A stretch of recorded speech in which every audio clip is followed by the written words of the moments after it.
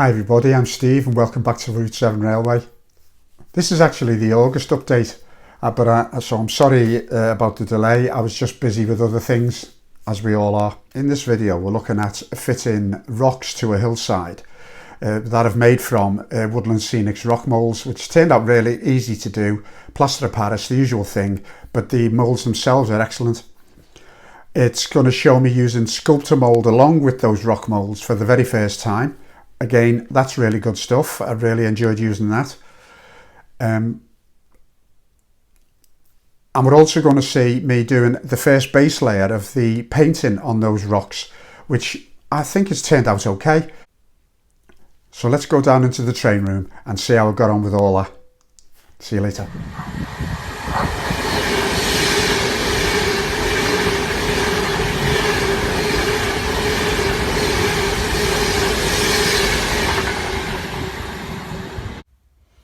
Hi everybody, it's been a while since I've been working on this. I've had other things to do outside and at my boat and stuff like that, but here I am back today. And what I'm going to do today is, where I've stuck these pieces of rock down, I've got cavities and high spots in relation to the surrounding terrain. So what I'm going to do is I'm going to mix some Sculptamould up and fill them in and blend them in a bit more. I'm going to do the same here. I don't know if you can see that, if I can just adjust the camera a little bit over. This like cavity, you'd be filling that in, blending this in and blending that in there. Never used Sculptamould before. Never used it before. So that's going to be a first, so for me anyway. And it will be interesting to see how that goes. This was a bit of rock face that I made just out of crushed up tinfoil, cooking foil, and I'm going to see if I can just put that in somewhere and blend that in and stick it down with my trusty decorator's cork. The previous work with the decorator's cork has worked fine. They've been glued up, ready. So as soon as I've done that, I'm then going to apply my dried used coffee grounds all over this to give it a texture. This brown paint was just to, if you like, to kill the white underneath, and this is going to give it texture but also colour, and I think that'll be fine. And then I'll be able to put whatever I like on top of that, flock like here, or static grass. I'm holding off using the static grass for now because I want to try and do a load of it in one go when I'm ready. So I need to put some over there, some here, and then get stuck into that. But first things first, stick this down and then Sculptamould. So I'll most probably fast forward this so you don't get bored, but we'll see how that goes, and I'll see if I've got enough space on my phone to film this. So watch this space, see how we get on.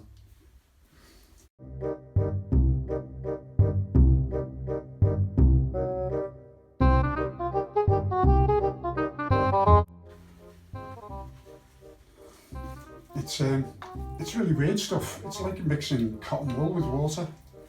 I'm not really sure how wet it should be, but that looks mouldable. Just put a tad more. It soaks it up like nobody's business.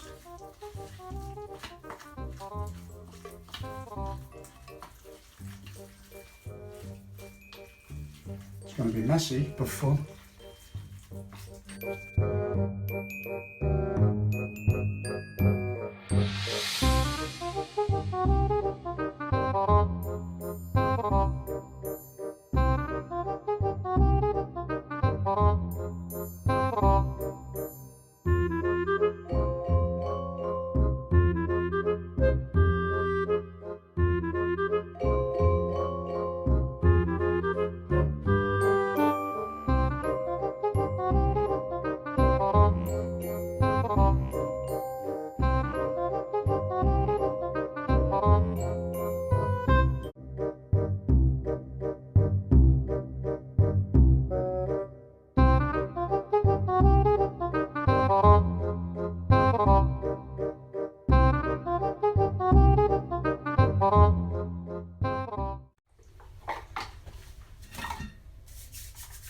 that's my first use of that stuff.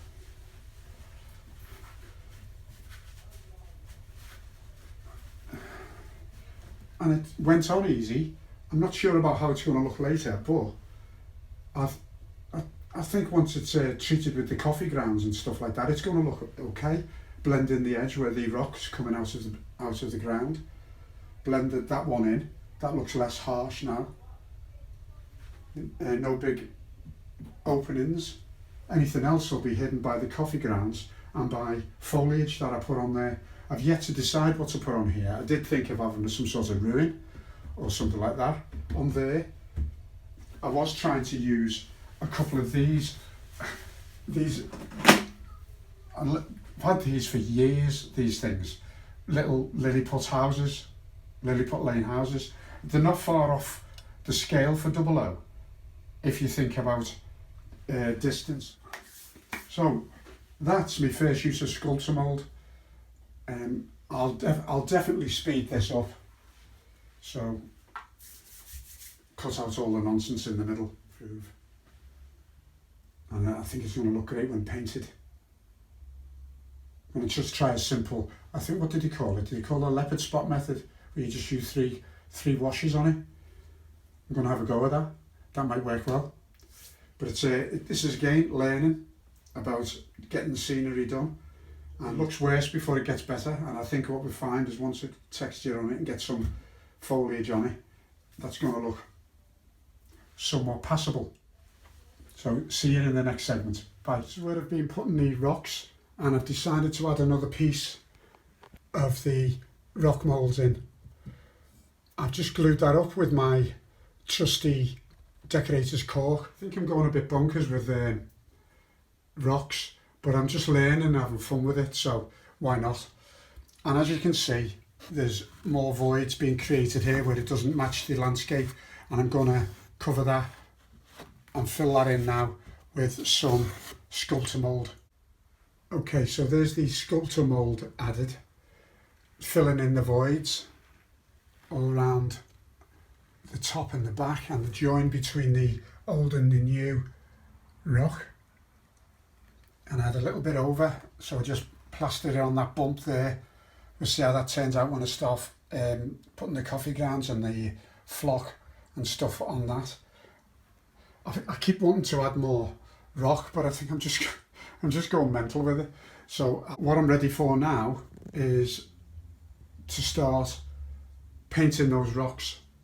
I'm not sure whether to do them with a grey base or with a red base, so like sandstone, yet to decide. But either way, the first coat is going to be a very thin wash of whatever colour I decide, either a grey or a reddy brown. So the thin wash will go over all of that. So that's the next job to do. So I'll get back to you and I'll show you that as and when it's done. Okay, that's after the first wash, and I think that's looking really good. That's just like a grey, it's a slate grey paint, watered down, and I've put a little bit of black acrylic in it. It's all very watery. Look, there's when I first started, I made a mistake, did it too dark, and I'm going to have to try and hide that. But as I got into it, I got better and better at getting the mix right. So that's so this one over here, that's looking reasonably good, I think. I'll be putting some colours into this. I've got things like burnt sienna, raw sienna, burnt umber and yellow ochre. What's that one? And raw umber. So I'll be looking at making use of some of those colours, not all of them, but some of them. And I'll spot paint them. This is the leopard spot method. And I think that'll come up, that'll be great. I'm really pleased with that. The next bit will be colours, but I'm going to let that go and dry off overnight. So next time, bye.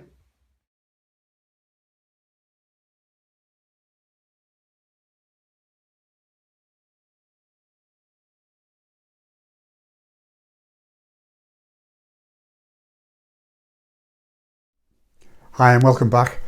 So what do you think of that? I thought that the rock moulds turned out really well. I've got to say that the Woodland Scenic rock moulds, they're not the cheapest things in the world, but they are really good. Really loads of detail on them and simple to use. And once you've bought them, even though they are, maybe some people will say they're expensive, but once you've got them forever and you can make as many moulds as you like. Also, the Sculptamould, how cool was that? I mean, it was great fun to work with, and when you were actually using it, it was dead simple and it blended in really well with the rock moulds themselves, and it was a piece of cake. So and then was the first go of putting some paint onto the rock formations, and it was a bit of hit and miss. I mixed up some grey paint with a little bit of black in it and made it watery. I messed up at the beginning, but I made it too strong, too dark, but I'll sort that out. But actually, I think the rocks actually turned out really well, and I surprised myself, and I'm sure that if you're trying it for the first time, you'll surprise yourself too. And it's great fun just having a go, because if you make a mess, you just paint over it again. I mean, I've watched people doing the rock moulds. The people on the Hornby magazine did it. Mike did a load of stuff like that, and I watched him. That was good. And the lad off Geek Gaming, he was good with the rock moulds and the painting of the rocks, giving you loads of ideas on how to do it. And in the end, you'll most probably find your own way of doing it. And I've decided to do it a particular way for me. That's good for me. So stay tuned. Right after this is the results of the little giveaway that I did for reaching 300 subs. So if you're interested, stay on for that. But other than that, see you next time. Bye-bye everybody, and welcome back to Route 7 Railway. This is just a short video about the results of my little giveaway for reaching 300 subs. And believe it or not, I'm already up to over 340, so I'm really still amazed. What can I say?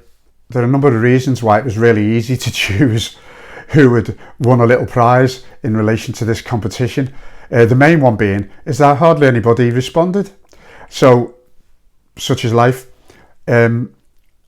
It's either that they've sent messages to completely the wrong location, or just didn't bother. Or one of the things is a lot of people don't respond to them because they think they don't need any of the gifts or anything like that, and for other people to enter the competition. Any road up. I've got two people who have won, and they are, just bear with me 1 second, Moreland Bottle Railway, that's Andy, and Lloyd's Central Station. So you're the two winners, and the gifts that the little prizes that you are going to get are these. Now I don't know whether you're interested in them or anything, but let's hope you are. They're die-cast coaches, and I think they're really nice. One is the Harrington's Cavalier coach, and the other one is the Harrington's Grenadier coach. And so what I'll do is I will give those two people my email address, and they can send me the address where I'm going to send them. So that's the end of the video, and thank you to those who have entered the competition and to those who tried to enter the competition if you did. So well done you. So speak to you soon. Bye bye.